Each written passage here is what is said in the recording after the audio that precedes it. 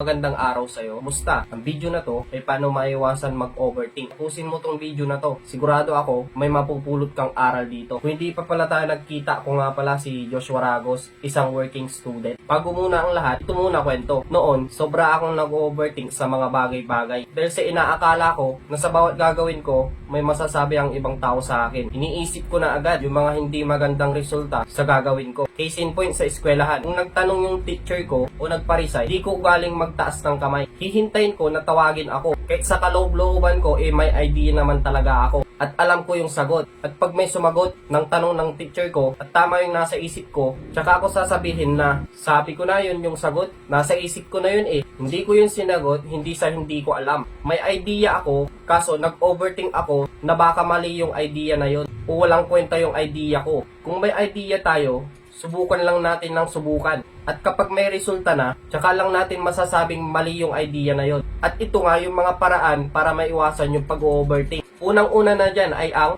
tanggapin mo kung sino ka at ano lang yung mga kaya mong gawin. Huwag mong hanapin yung mga wala pa sa'yo. Kasi kaya minsan nag-overthink tayo kasi akala natin kulang tayo. Kulang yung mga idea na meron tayo. At kailangan ma-improve mo pa. Yun ang pagkakaalam natin.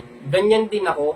Akala ko yung mga idea na meron ako kulang pa. Kaya kung may idea ako, di ko na sinasabi at nananahimik na ako. Na-realize ko na kapag tinanggap mo pala ang sarili mo at alam mo kung ano lang yung mga kaya mong gawin, hindi ka na mag-overthink kasi nasa isip mo na, ito ang kaya ko, ito ang may bibigay kong idea. Kaya kung tinanggap mo kung sino ka at ano ka, garantisado di ka na mag-overthink. Okay, next. Isang paraan para maiwasan mag-overthink ay ang huwag mong pansinin yung sasabihin ng iba. Sa panahon natin ngayon, kaya hindi tayo makapagsimula ng mga gusto nating gawin, sobra nating binibigyan ng value kung ano yung sasabihin ng iba sa atin. Mas mahalaga pa sa'yo yung sasabihin ng iba kaysa sa gusto mong gawin. Case in point, kung gusto mong magbenta. Di ka makapagbenta kasi ayaw mong nakikita ka ng ibang tao na nagbebenta. Dahil naitanin sa utak natin na kapag nagbebenta ka, naghihirap ka na. O di kaya di mo nagamit ang pinag-aralan mo. Kaya hindi ka makapagbenta. Sa totoo naman wala naman talaga silang sasabihin sa'yo. Kaya wag mong isipin yung sasabihin ng iba sa'yo. Tuloy ka lang kung ano yung gusto mong gawin.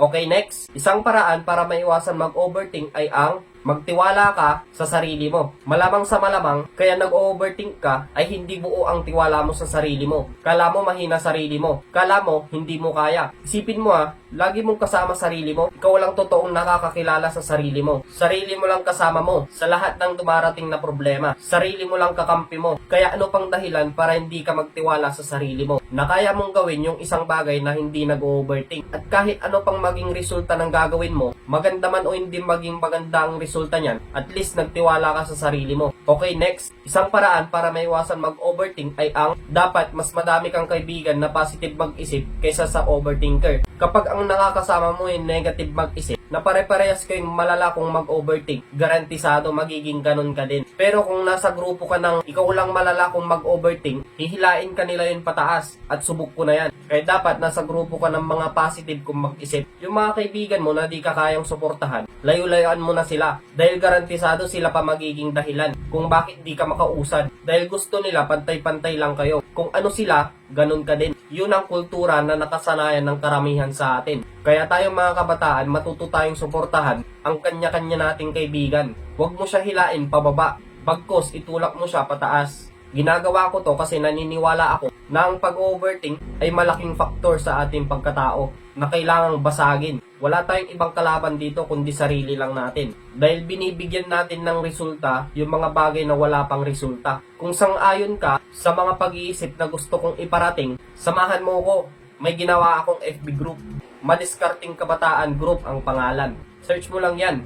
Tayong mga kabataan, kailangan nating basagin ang pag-overthink natin para makausad tayo sa next level o next journey na ating tatahakin. At yun lang sa video na to. Kung may napulot kang kahit konting aral man lang sa video na to, huwag mong kalimutang mag-like, comment, at i-share mo na din. Makakatulong yun para mapalawak pa natin ang mensaheng gusto nating iparating. Nga pala, may binebenta akong mug. Kung gusto mong bumili para suportahan ako, message mo lang ako sa Facebook na to. So yun lang, naniniwala pa rin ako na kabataan ang pag-asa ng bayan. Huwag lang maging bayan ang pag-asa ng kabataan. So see you sa next vlog.